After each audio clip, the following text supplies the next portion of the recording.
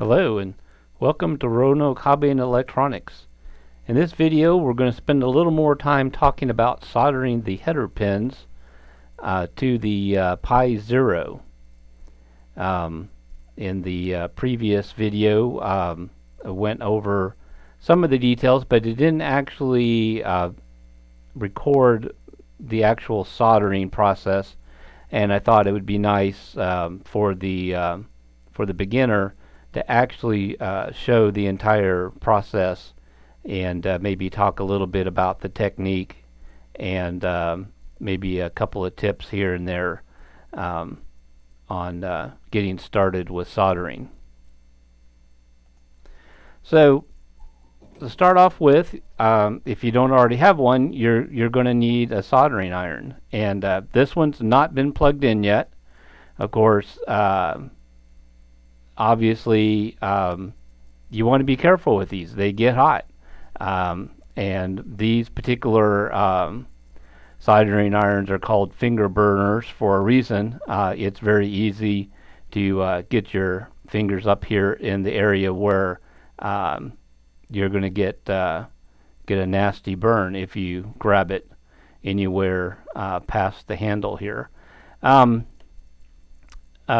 If you don't already have a soldering iron, there are some very good ones out there. Adafruit and Spark Fun have some very good entry-level soldering irons. There's some debate on what's the right wattage to get for this kind of project. For small electronic projects, you don't want a big industrial size soldering iron that's going to overheat your components and ruin your board. So this particular one from a company that no longer around fairly recently is adjustable. It's got a setting for 15 watts and for 30 watts. I would say 25 to 30 watts would be a good soldering iron for this type of thing. You could spend $25. You can go wild and get a really expensive adjustable soldering iron with a base and thermostat and spend over $100. But to get started off with, if you're just looking, a nice 25 to 30 watt soldering iron, and something with a fairly fine tip. And again, this one's not been plugged in yet, but try to get a close-up there. Something with a smaller tip like that. Some of the larger soldering irons wouldn't work very well because the tip would be too broad, and you'd end up splashing melting solder where you don't want it. One of the first things to know about the tips is the best heat is not on the very tip, but just to the side of it. So when you're making contact with the soldering iron to the part that you're wanting to solder, you want to be just past the tip there on the side. And what I do for a rule of thumb, I count 1001, 1002. Just a couple seconds is enough to heat up the element that you're going to solder, and then bring the solder to it, and the solder will very quickly melt and form a nice little cone-shaped bead, and then remove the solder and the soldering iron away. So at most you're going to have maybe 3 to 4 seconds of contact of the soldering iron to the component that you're soldering. You don't want to leave it on any more than that, because you don't want to overheat and damage the components that you're soldering. So the other thing that's handy to have, and I'll try to get it where we can see it here, is the helping hands with the magnifying lens and this particular model here has a holder to hold the soldering iron when you're not actually doing any soldering, and the sponge for cleaning the tip. Another good practice is to clean the tip often while you're soldering, so you don't have any excess buildup. And on these sponges, they don't have to be dripping, sopping wet. You just want to wet it, squeeze all the excess water out, and just leave it damp. And that's all you need for cleaning the tip. So then the next thing you want to do is you want to get all your components together, have a nice clear area to work with. If you're doing it on the kitchen table, you might want to put down some newspaper or a piece of paper to protect your tabletop, because the solder and the rosin will splatter, and that's also a good reason to have a clear pair of goggles, or if you have glasses like I do, to protect your eyes while you're soldering, because you might get in kind of close so that you can see, especially if you don't have a magnifying lens, and you don't want some of the hot rosin or solder to splatter and cause an injury. So like I said, you want to have your workspace ready, and you want to have all the components you're going to need. The basic stand here that comes with the soldering iron to keep it off the table so you don't do any damage to your furniture. You're going to need some good quality solder, and you want to have the rosin core. For this kind of project, the light duty rosin core solder is fine. What's available on the market now is like the lead free solder. I've not tried using any of that. Here it's just a little bit harder to work with. You've got your brass Brillo pad, which is also handy for cleaning off the tip of the soldering iron. All you have to do is just brush it against that, and that cleans the excess solder off. Your wire cutters, if you're doing like through the hole components where you're taking like the leads from the resistors or the transistor going through the hole on the circuit board, you need some clippers to clip off the excess leads. Pair of needle nose pliers comes in handy, and the desoldering wick is just some really fine copper wire that if you got some excess solder that you need to remove, this comes in handy. You put the tip of the soldering iron on the excess solder, and then put the wick to it, and it will draw up the solder and then pull it away to pull the excess solder off of the joint that you're soldering. So as in the previous video, talked about how I use a breadboard to hold the pins in place while I'm doing the soldering. So you're going to have that handy. Quite a bit of heat does transfer when you're doing the soldering, and that's why you want to take your time and solder each part, and allow a little time for the components to cool off, so you don't end up overheating the entire circuit board. I don't know if you can see it there, but some of the pins here have gotten a little warm, and on a plastic breadboard there, you can see that it's changed the color of the plastic a little bit. And of course, we have the Raspberry Pi Pi Zero that we're gonna solder the header pins to.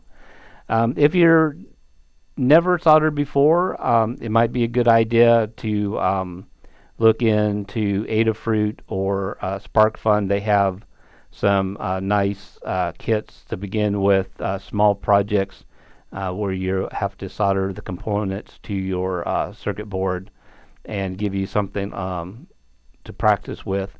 The Pi Zero is not that expensive, but at this point in time they're a little hard to get hold of. So the Pi Zero may or may not be your first project that you want to learn how to solder with. That's going to be entirely up to you.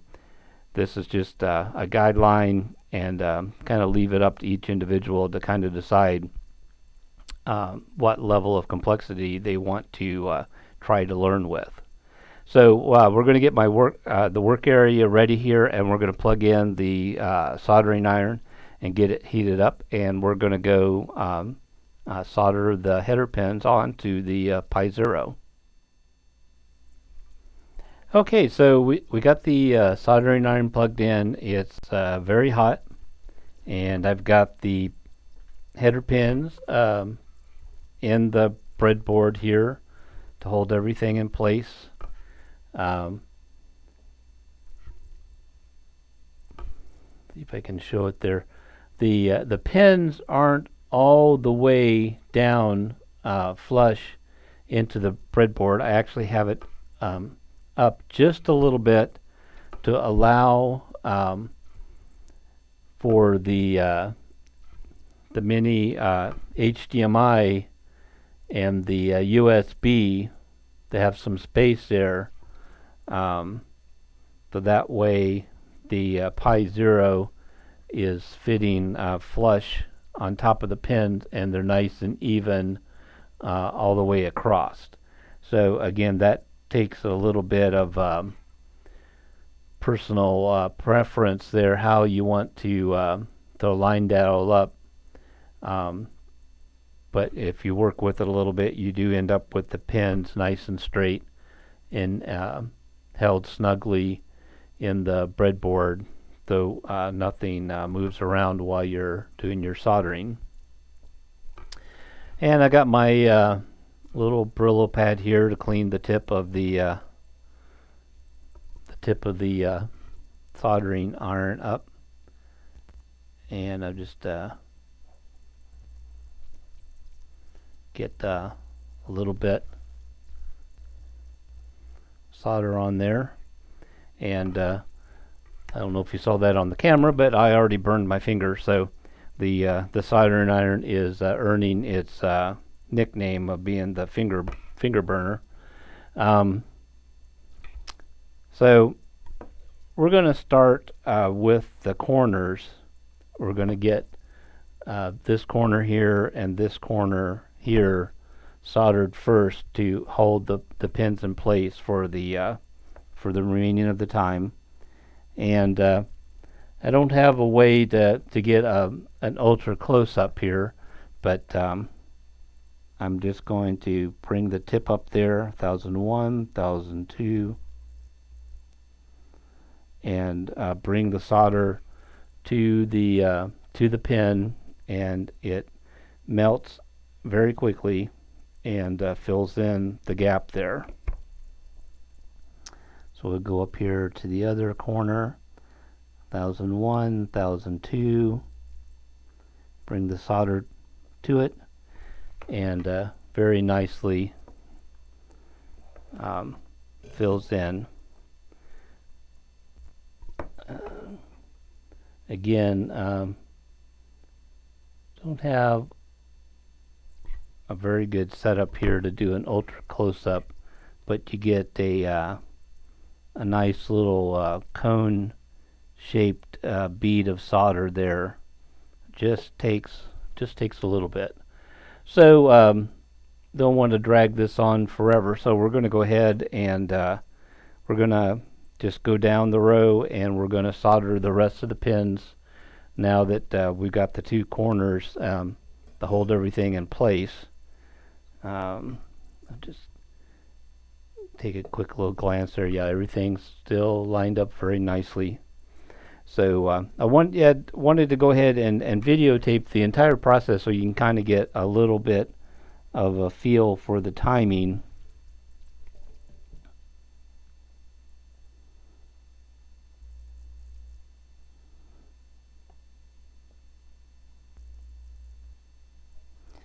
As you can see, you don't have to spend very much time heating up each individual pin.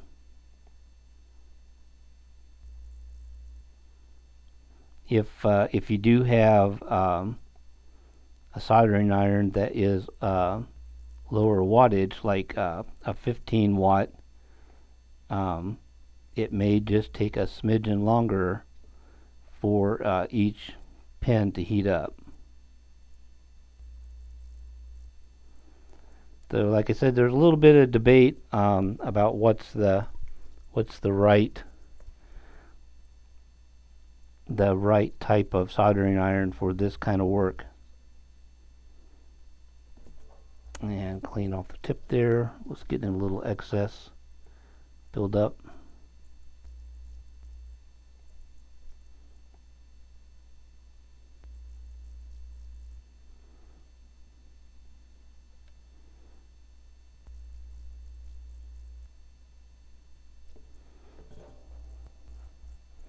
So yeah, you want to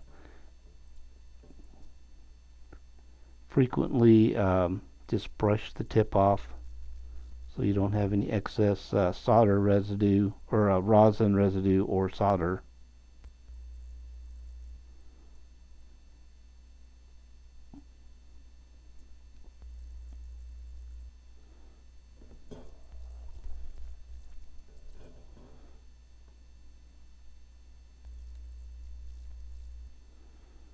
And as you can see, we're moving along here pretty good.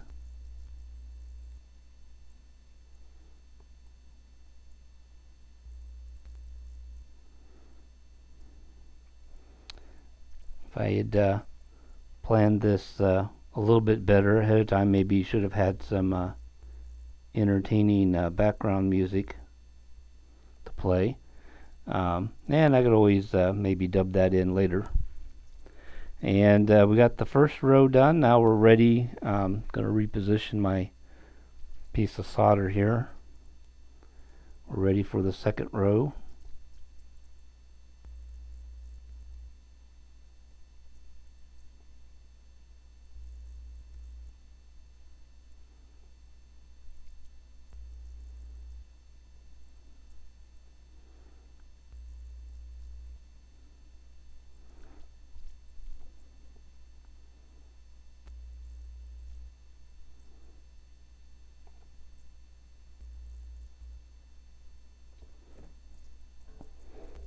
And I did see some rosin kind of spread across there, which shouldn't hurt anything.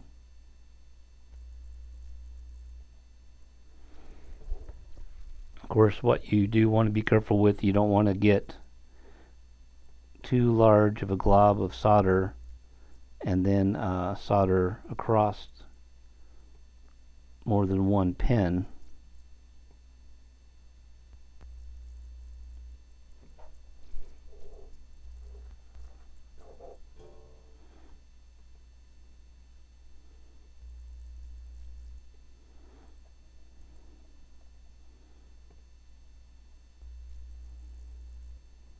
So yeah, and post-production I'm going to have to add in some nice background music or something here.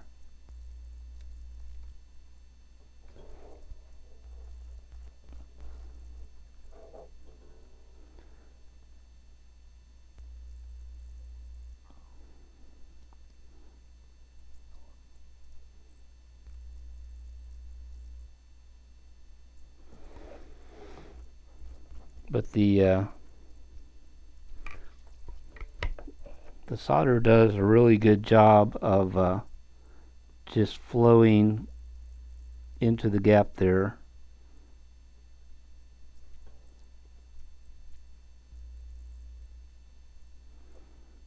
On each pin. And we're spending a very minimal amount of time.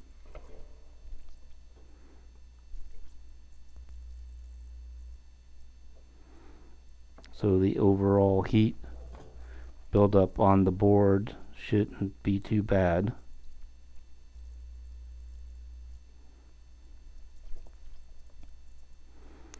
And we're almost done. We got the last two here.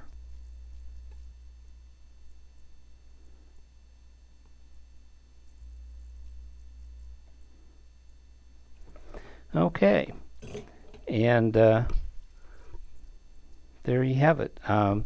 As you probably can see on the camera a little bit, the rosin does kind of spread across.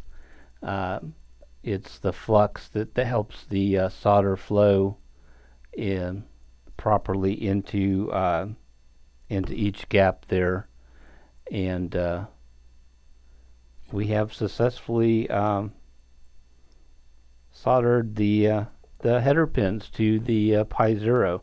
It's just slightly warm to the touch, but looks like we successfully got them on there relatively straight and level. So